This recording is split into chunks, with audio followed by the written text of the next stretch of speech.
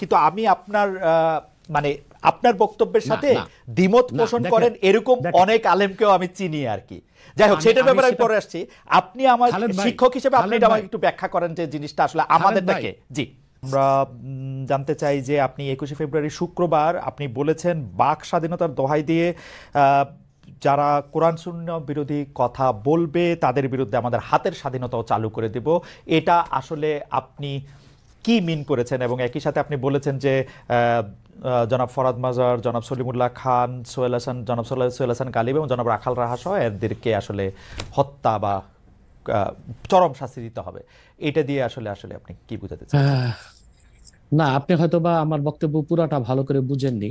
আমি আপনাকে উত্তর দিচ্ছি, তারপর আপনার কাছে আমার একটা প্রশ্ন আছে, উত্তর দিবেন বলে আশা করি। জি, প্রথম হচ্ছে যে আমি যে বলেছি হাতের স্বাধীনতা, এটা বলেছি রাখাল রাহা এবং ওই গালিবের ব্যাপারে, যারা আল্লাহ তার হাবিব মোহাম্মদ সাল্লাল্লাহু আলাইহি সাল্লামের আরশচুম্বী সম্মান মর্যাদার বিপক্ষে বক্তব্য দিয়েছে, আমাদের হৃদয়ে রক্তের ক্ষরণ সৃষ্টি করেছে, আমাদের ইমানে আঘাত করেছে।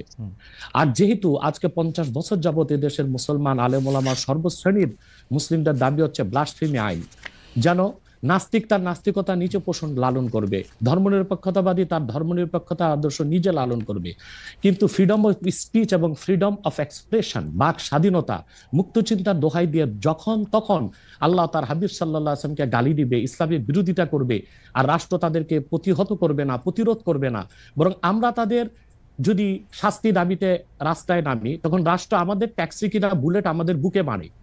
যুগের পর যুগ আমাদের দাবি আদায় হচ্ছে না, আর তারা বাক স্বাধীনতার দোহাই দিয়ে আমাদের ইমানে আঘাত করবে, তখন তো নিরুপায় হয়ে আমরা আমাদের হাতের স্বাধীনতা বাস্তবায়ন করবই। আর সলিমুল্লাহ ফরহাদের ব্যাপারে আমি মৃত্যুদণ্ডের কথা বলিনি, আমি বলেছি সলিমুল্লাহ এবং ফরহাদ অত্যন্ত বুদ্ধিবৃত্তিক ভাবে মানুষকে, সমন্বয়কদেরকে বিপদগামী করছে। ওকে, আপনি কি আমাকে প্রশ্নটা করতে চেয়েছিলেন, সেটা কি করবেন? আমার আরেকটা প্রশ্ন রয়েছে ব্যাপারে। আপনাকে আমার প্রশ্ন যে আপনি তো এই বিষয়ে আমাকে মুখোমুখি আনলেন, কিন্তু রাখাল রাহা এবং গালেব তাদেরকে আপনি মুখোমুখি করলেন না কেন? এতদিন চলে গেল। আচ্ছা, আপনি কি এই প্রশ্নের উত্তরটি, মানে প্রথম কথা হচ্ছে যে আপনাকে এই বিষয়েই শুধু না, আমরা অনেকগুলি বিষয় বুঝে নেওয়ার জন্য সেটা কথা বলেছি।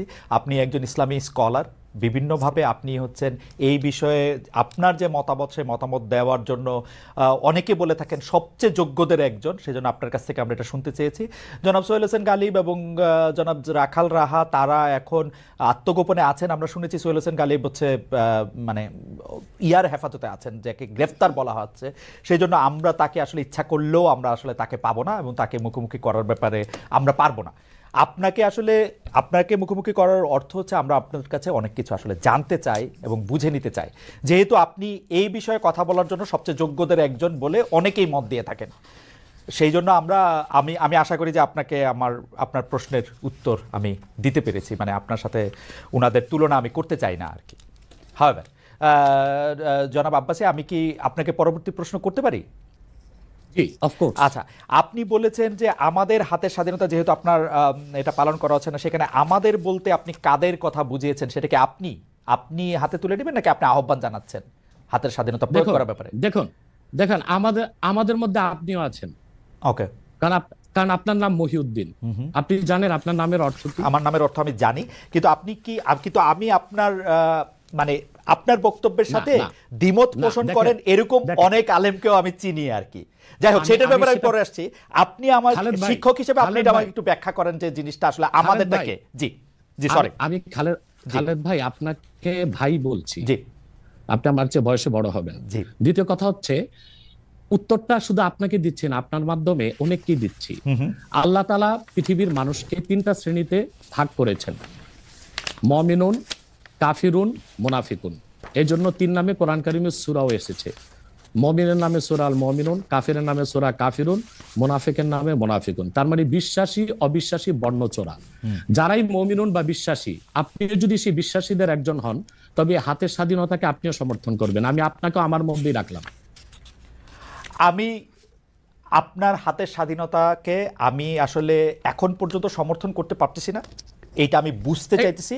কারণ হচ্ছে যে অনেক এটা আপনি আমাকে বলেন, সেই আপনি কিনা, মানে আমাকে না রেখে আপনি আপনাকে বলেন যে এই হাতের স্বাধীনতা আপনার কিনা। এবং পাশাপাশি আমার প্রশ্ন, বাংলাদেশে এই রকম ফতোয়া দেওয়ার আর কার অধিকার রয়েছে, বা আপনি ছাড়া আর কে এরকম বলতে পারেন? দেখুন, হ্যাঁ সেটাই বলছি। আমি আমার থেকে আপনাকে দূরে সরাতে চাই না, কারণ আপনি মহিউদ্দিন মানে যে দিনকে জিন্দা করে, রাইট, ধর্মের দিনের পুনরুদ্ধারকারী। সংস্কার। হ্যাঁ, পুনরুদ্ধার না, দিন তো পরিপূর্ণ সংস্কার, হয়ে গেছে right, ১,৫০০ right, বছর আগে। right. অর্থাৎ ধর্মের পক্ষে যে কাজ করে, দিনের মৌলিক বিধানগুলোকে বাস্তবায়নে যে সচেষ্ট, সেজন্য আপনি আমার মধ্যে যদি আপনার নাম আর আপনার কাজে ভিন্ন হয়, তাহলে আপনি কিন্তু দুঃখ নিবেন না, মুনাফেক বা বর্ণচোরাদের অন্তর্ভুক্ত হন। যেহেতু আপনি মহিউদ্দিন এবং আপনি একজন মুসলিম পরিচয় দিচ্ছেন, এটা সকল মুসলিমদের পক্ষ থেকে আমার ফতোয়া। কেন, সেটা আমি ব্যাখ্যা করে দিচ্ছি। রাষ্ট্রের কাজ কি? শুধু অন্য ধর্মের মানুষের অধিকারকে রক্ষা করা? বাংলাদেশ একটি গণতান্ত্রিক রাষ্ট্র। গণতন্ত্রের মূল কনসেপ্ট হচ্ছে decision of much people will be granted. এদেশে সকল মুসলমানই মুরতাদের শাস্তি মৃত্যুদণ্ড চায়। একটা ক্ষেত্রে আমাদের আলেম ওলামাদের মধ্যে কিছু মতভেদ আছে, সেটা হচ্ছে যে মুরতাদকে তওবা করার সুযোগ দেওয়া হবে কিনা। কিন্তু 4 মাযহাবে 3 মাযহাবের মতে মুরতাদদেরকে তওবার সুযোগ দেওয়া হবে, 4 মাযহাব মতে। কিন্তু মুরতাদদের মধ্যে যারা শাতেম, তাদের বিষয়টা ভিন্ন। শাতেম হচ্ছে আল্লাহ ও তার হাবিবকে যারা গালি দেয়, তারা শাতেম। তাদের ক্ষেত্রে শাফি, মালিকি, হাম্বলি 3 মাযহাব এবং হানাফি পূর্ববর্তী রয় পরবর্তী ফকিহদের মতে যে তাদের তওবা কবুল করা হবে না এবং তাদের মৃত্যুদণ্ড কার্যকর করা হবে। কার্যকর করবে কে? একটা শরিয়া রাষ্ট্র। যেহেতু বাংলাদেশ একটি শরিয়া রাষ্ট্র নয় এবং এখানে মুসলমানদের মৌলিক কোন অধিকারই রক্ষা করা হচ্ছে না। দেখুন, আপনি দাউদ হায়দার এদেশে সে শাতিম ছিল, আল্লাহ তার হাবিব সাল্লাল্লাহু আলাইহি ওয়াসাল্লামের শানে গালি দিয়েছিল। তখন এদেশের তখন যে সরকার ছিল, তারা তাকে জামায়াতদারি বিদেশ পাঠিয়ে দিয়েছে। একই অবস্থা তাসলিমা নাসরিন, যখন প্রচুর বই লিখেছে এবং আল্লাহ তার হাবিবকে গালি দিয়েছে, আম্মাজান আয়েশা রাদিয়াল্লাহু তাআলা আনহার চরিত্র নিয়ে কথা বলেছে, তখন তৎকালীন সরকার তাকে সম্পূর্ণ নিরাপত্তা দিয়ে, তার সিকিউরিটি থ্রেট যেন না থাকে, তাকে বিদেশ পাঠিয়ে দিয়েছে। আর তখন আন্দোলন করে প্রচুর লোক বাংলাদেশে শহীদ হয়েছিল। এরপরে আপনারা দেখেছেন যে 13 সালে যখন শাহবাগ চত্বর হলো, শাহবাগ চত্বরটা কেন হয়েছিল? সেটা কি হয়েছিল ইসলামকে আঘাত করার জন্য, না যুদ্ধাপরাধীদের শাস্তি দাবিতে? কিন্তু যুদ্ধাপরাধীদের শাস্তির দাবিতে যে ব্লগাররা যা খুশি তা করলো, আল্লাহ তার হাবিব সাল্লাল্লাহু আলাইহি ওয়াসাল্লামকে গালি দিল, ইসলামকে আঘাত করলো, তখন যে সরকার ছিল তাদেরকে সুতি প্রতিরোধ করতে পারত। তারই ধারাবাহিকতায় 2013 সালের 5ই মে শাপলা চত্বরে আমরা আন্দোলনে নামলাম। সবাই ছিল সহনশীল, শিথিল পন্থা একটা আন্দোলন হয়েছিল। কিন্তু কি যে জেনোসাইড বা গণহত্যাটা করা হয়েছে, আমি তো উপস্থিত ছিলাম সেখানে, আমি তো প্রত্যক্ষ সাক্ষী। তো এভাবে আমাদের ট্যাক্সে, আমাদের ভ্যাটে অধিক সংখ্যক জনগণের ম্যান্ডেট নিয়ে সরকার আপনি কিন্তু আমার প্রশ্নটা, আমি জানি না মানে আমি আপনার প্রশ্নটা বুঝাইতে পারতেছি কিনা। দিচ্ছি, বুঝাইতে পারছি। আচ্ছা জি স্যার, বলেন। শাতেমদেরকে সরকার পৃষ্ঠপোষকতা দিবে, কোনো শাস্তি নির্ধারণ করবে না, তখন তো আমরা আমাদের আইনকে হাতে তুলে নিতেই হবে, আমাদের তো আর করার কিছু থাকে না। স্যার, এই আইনকে যে হাতে তুলে নেবেন, এই জনটাকে আপনি কোনো বিচার কি তার বিচার করবেন? কারণ আমরা ইসলামিক স্কলারদের কাছেই শুনছি যে তার বিচারকরা তার বিচার করবেন, বিচার করার পরে তার এটার মধ্যে এটা হবে।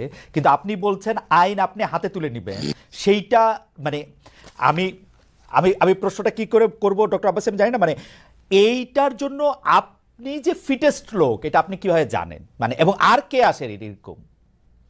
দেখুন, তার প্রথম জবাব হচ্ছে উত্তর গেটে আপনি দেখেছিলেন আমি একা ছিলাম না। উত্তর গেটে জনসমুদ্র হয়ে গিয়েছিল এবং সেখানে হেফাজতের শীর্ষ নেতা মীর ইদ্রিস নদভী সাহেব ছিলেন, অসংখ্য আলেম ওলামা ছিল। আমার ফতোয়াটা তারা সবাই সমর্থন করেছে, অতএব এই ফতোয়া আমি একা নই।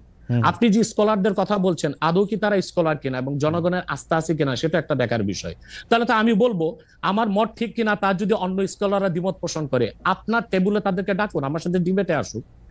আমাকে ইসলাম এই অধিকার দিয়েছে।